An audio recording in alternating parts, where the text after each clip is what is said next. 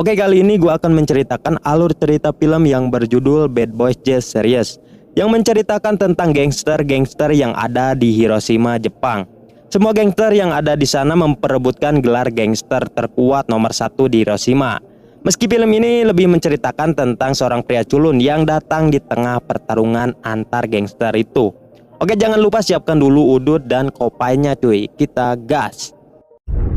Film diawali dengan diperlihatkannya sebuah geng di kota Hiroshima bernama Gokurakuchou yang sedang mendapatkan masalah karena gengnya itu telah diserang oleh geng lain bernama geng Case.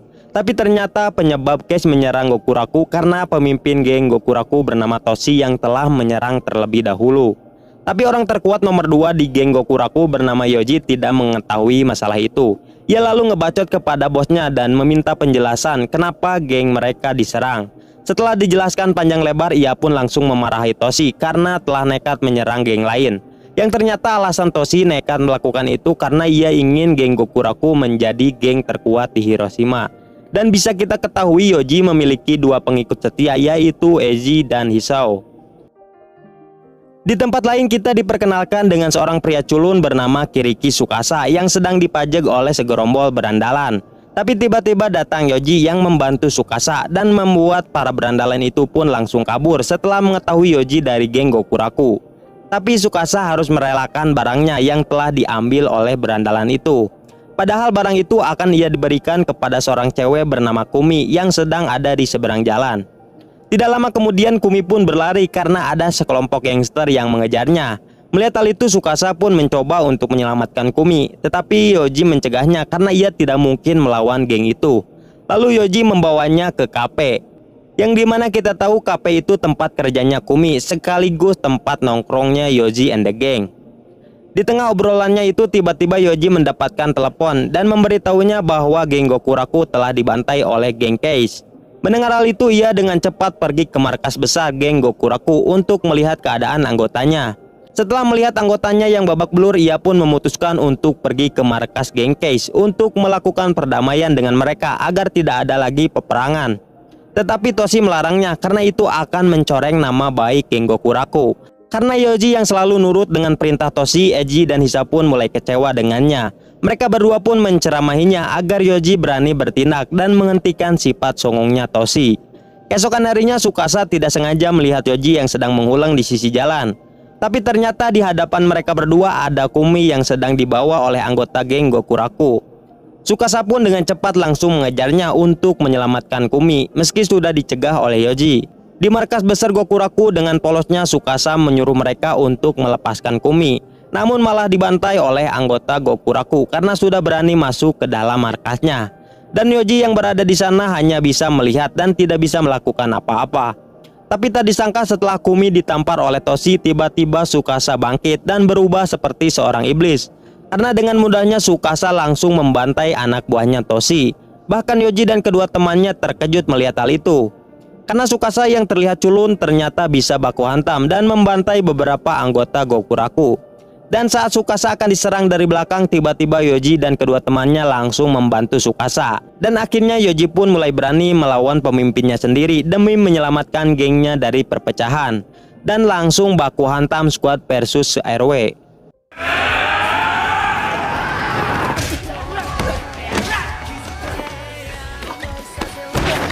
Dan terlihat baku hantam itu Tsukasa and the gang yang lebih unggul, hingga akhirnya Tsukasa harus melawan ketua geng Gokuraku. Namun dengan mudah ia mengalahkan Toshi. Dan setelah mengalahkan Toshi, ia terkejut karena Kumi yang menghampiri Toshi, yang ternyata Kumi adalah adiknya Toshi. Mengetahui hal itu, ia pun menyesal karena telah mengalahkan Toshi dan menyangka kalau ia akan gagal mendapatkan Kumi. Dan setelah pertarungan itu selesai, Toshi pun memutuskan untuk keluar dari geng Gokuraku karena telah dikalahkan oleh Tsukasa. Dan ia juga akan melakukan gencatan senjata dengan geng Case. Lalu ia juga menunjuk Tsukasa menjadi penggantinya sebagai ketua geng Gokuraku. Karena ketua geng yang baru ditentukan oleh ketua geng sebelumnya sesuai peraturan yang ada di Hiroshima. Mendengar hal itu, Yoji pun langsung mencari Tsukasa dan ia juga setuju bahwa Tsukasa akan menjadi pemimpin geng Gokuraku generasi ke-8.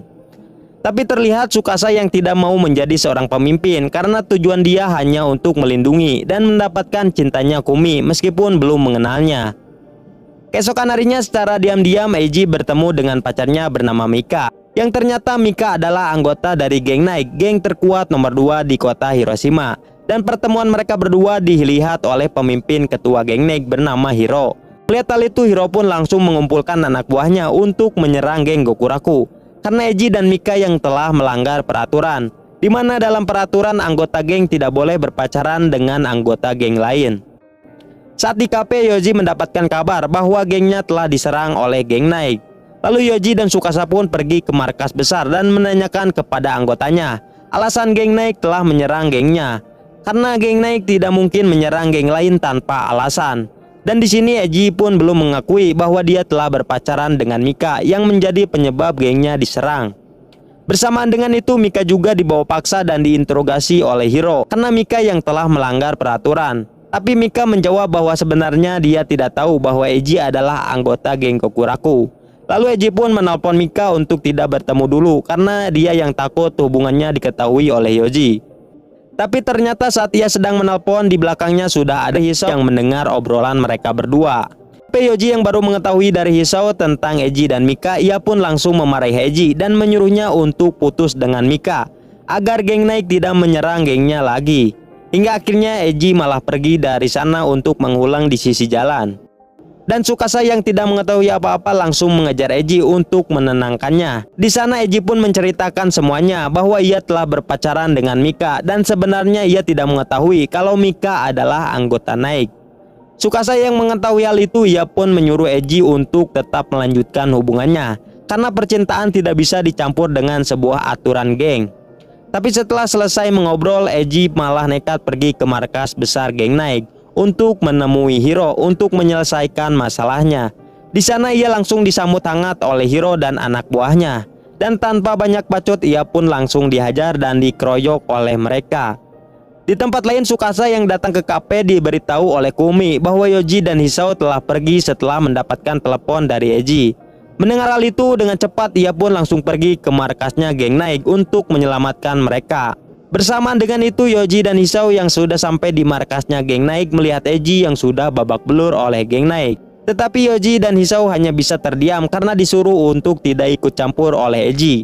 Dan tidak lama kemudian datang Tsukasa yang langsung ngebacot bahwa peraturan itu dibuat untuk diubah karena dia yang menolak dengan peraturannya itu. Di sini Hiro pun baru mengetahui Tsukasa adalah pemimpin baru geng Gokuraku. Dan akhirnya mereka bertiga pun kembali bersemangat dan langsung baku hantam dengan anggota Naik. Meski hanya bertiga, tetapi kekuatan Gokuraku tidak bisa diremehkan. Hingga akhirnya mereka semua tumbang dan tersisa hanya Hiro dan Tsukasa, ketua versus ketua. Koyo.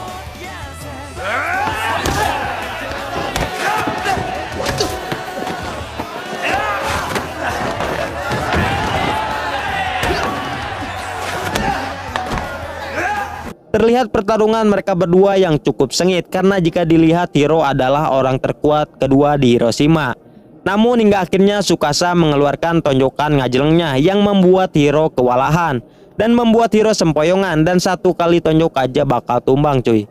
Namun itu tidak dilakukan oleh Tsukasa karena tiba-tiba ia malah menunduk dan memohon agar ia mengizinkan Eiji dan Mika tetap berpacaran. Padahal tinggal satajongan deui si Hiro pasti KO. Ditambah Eiji dan Mika yang sama-sama menunduk dan memohon juga agar hubungan mereka berdua tetap lanjut.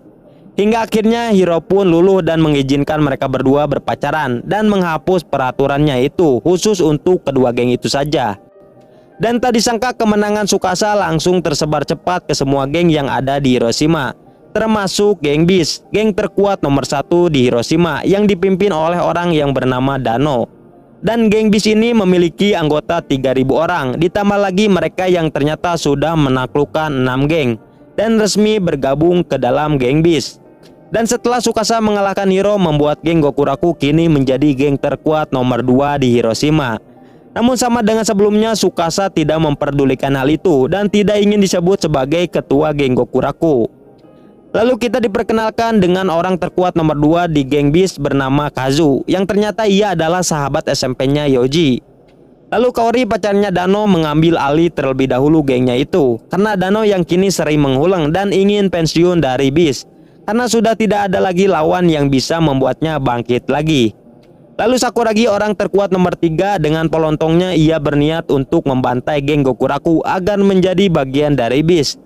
Kaju yang mendengar hal itu langsung melarang Sakuragi yang seenak jidat menyerang geng lain tanpa alasan.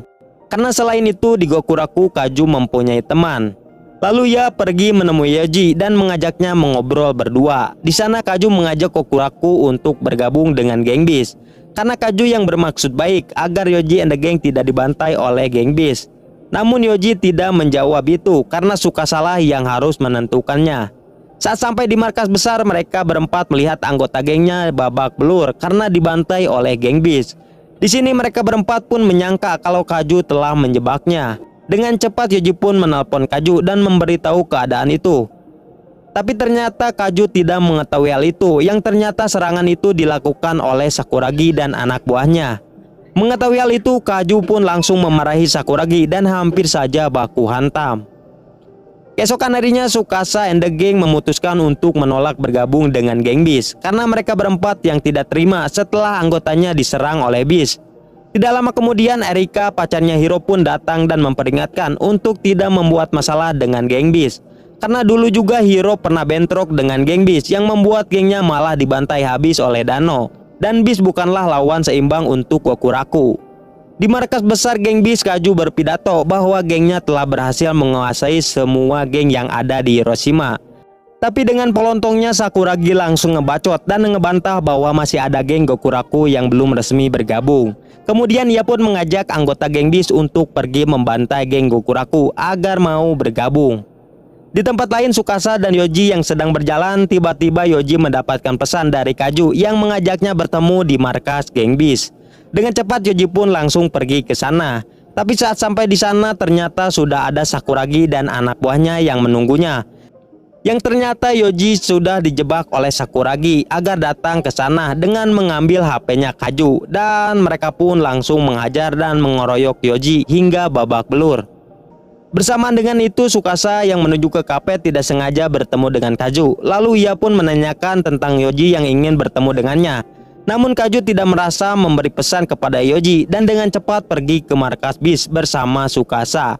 Dan saat sampai di sana, benar saja ternyata Yoji sudah babak belur oleh Sakuragi dan anak buahnya. Tsukasa yang melihat hal itu langsung mengajar Sakuragi hingga ngacleng. Dan disinilah akhirnya Tsukasa pun mengakui bahwa dirinya adalah pemimpin geng Gokuraku generasi ke-8 dan langsung ngamuk di sana karena melihat Yoji yang babak belur. Dan baku hantam itu terdengar oleh Dano yang sedang menghulang. Mendengar hal itu, ia pun langsung keluar dan melihat semua anak buahnya termasuk Sakuragi sudah dibantai oleh Tsukasa sendiri. Bahkan Kaju yang melihat hal itu tidak menyangka Tsukasa yang terlihat culun bisa membantai anggotanya. Dan tanpa banyak bacot, Tsukasa pun langsung berlari dan mengeluarkan jurus andalannya, yaitu Nenggel Bari Ngajleng ke angan Dano. Meskipun sedikit terpental, namun pukulannya itu tidak membuat Dano terjatuh. Dan saat mereka berdua akan baku hantam, terdengar suara sirine polisi yang menuju ke tempat itu. Mendengar hal itu, mereka pun semua langsung kabur dari sana. Dan ternyata pukulan itu membuat Dano bangkit dan bergairah lagi untuk baku hantam. Dan kejadian itu membuat awal peperangan geng Beast dan Gokuraku dimulai. Di markas besar, Dano mengumpulkan semua pasukannya dan siap berperang dengan geng Gokuraku. Namun sebelum perang dimulai, Kaju menemui Yoji dan mengucapkan terima kasih kepada Tsukasa karena telah membuat Dano bangkit kembali. Karena Tsukasa satu-satunya orang yang berhasil membuat Dano bangkit. Dan sebenarnya Dano hanya ingin buy-one dengan Tsukasa. Lalu Kaju menyuruh Yoji untuk keluar dari gengnya karena dia yang tidak akan segan-segan menghajar Yoji jika peperangan dimulai. Setelah obrolan mereka selesai, Yoji pun menceritakan kepada Eiji dan Hisao, lalu memintanya untuk tidak memberitahukan kepada Tsukasa karena itu akan membahayakannya jika Tsukasa ikut berperang. Singkat cerita, terlihat semua anggota Beast yang sudah bergerak dan menuju ke markasnya geng Gokuraku. Tapi saat di sana ternyata hanya ada Yoji, Eiji, dan Hisao saja, karena dengan mereka bertiga saja sudah cukup untuk menghajar Beast. Meski terjadi perbacotan dulu hingga akhirnya Dano menyuruh anggotanya langsung menyerang. Bersamaan dengan itu, Tsukasa datang ke kafe seperti biasa. Di sana ia bersantuy karena tidak mengetahui Yoji dan kedua temannya sedang berperang melawan geng Beast. Tidak lama kemudian datang Mika yang sedang mencari Eiji, karena dia yang khawatir setelah mendengar rumor dari geng lain bahwa Beast dan Gokuraku akan berperang. Mendengar hal itu, tanpa banyak bacot, Tsukasa langsung pergi ke markasnya. Sedangkan Yoji and the gang yang sedang berusaha melawan mereka mulai kewalahan karena anggota geng Beast terus bertambah. Tapi seketika pertarungan itu terhenti setelah Tsukasa datang ke sana. Dan disinilah terjadi baku hantam terepik untuk menentukan siapa yang terkuat di Hiroshima antara Dano dan Tsukasa. Dalam pertarungan itu terlihat mereka berdua yang sama-sama kuat meski terlihat Dano sedikit lebih unggul. Tapi di tengah pertarungan itu saat Tsukasa dan Dano akan patenggel-tenggel, tiba-tiba Sakuragi menyerang Tsukasa dari belakang hingga terjatuh. Dano yang melihat hal itu langsung mengajar Sakuragi karena telah mengganggunya by one dengan Tsukasa. Lalu Dano pun mengelurkan tangannya dan membantu Tsukasa berdiri, lalu meminta maaf karena Sakuragi yang berbuat kotor kepadanya. Dan suatu saat mereka akan kembali menyelesaikan masalahnya itu. Lalu Dano pun mengajak semua anggotanya untuk pergi dari sana. Ending yang mantap sekali. Ya meskipun belum ending ya kan, karena ini masih episode ketiga ya. Masih ada lagi episode selanjutnya cuy. Semoga bisa lebih seru dan menantang.